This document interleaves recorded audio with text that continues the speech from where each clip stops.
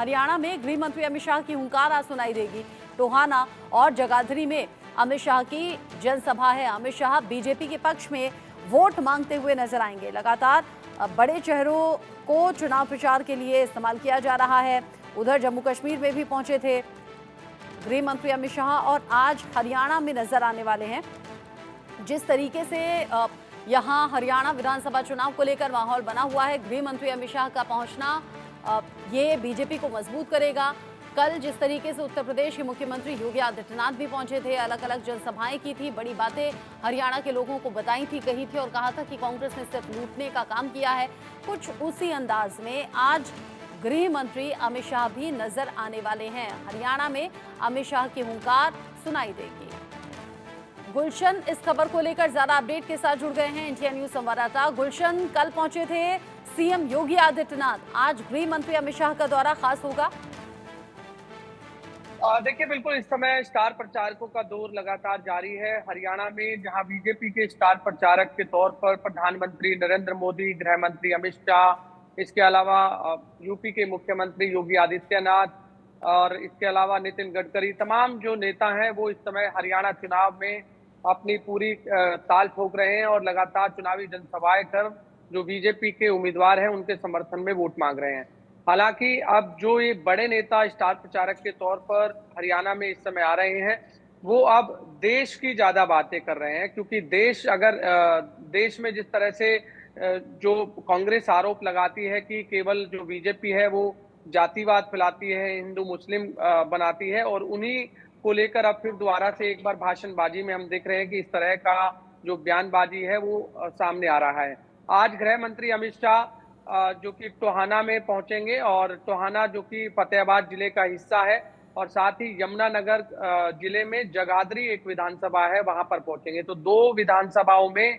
आज अमित शाह गृह मंत्री पहुंचेंगे, जहां पर वो अपनी फिर दोबारा से हुंकार भरेंगे, क्योंकि लगातार आप देख रहे हैं कि इससे पहले भी गृह मंत्री अमित शाह ने हरियाणा में दौरा किया है और लगातार कांग्रेस पर जमकर हमला बोला है। और एक बार आज फिर अमित शाह गृह मंत्री अमित शाह जो है फतेहाबाद जिले के टोहाना विधानसभा में पहुंचेंगे, और जहां से जो बीजेपी के प्रत्याशी हैं टोहाना से, वो देवेंद्र सिंह बबली, जो कि अभी हाल ही में वो बीजेपी में शामिल हुए थे। इससे पहले वो जजपा कोटे से मंत्री जो है वो इस गठबंधन सरकार में थे, लेकिन वो जजपा से नाराज चल रहे थे और ऐन वक्त पर जो है लास्ट मोमेंट पर उन्होंने बीजेपी ज्वाइन की और अब जाकर टोहाना से उनको टिकट दी गई। टोहाना में एक और बड़ा दिलचस्प मुकाबला है, क्योंकि राज्यसभा सांसद है सुभाष बराड़ा, और देवेंद्र सिंह बबली का 36 का आंकड़ा माना जाता है, इसलिए अब सुभाष बराला भी अब उस मंच पर रहेंगे या नहीं, ये एक बड़ा दिलचस्प देखने को मिलेगा आज की इस रैली के दौरान। और इसके अलावा नितिन गडकरी की भी 25 तारीख को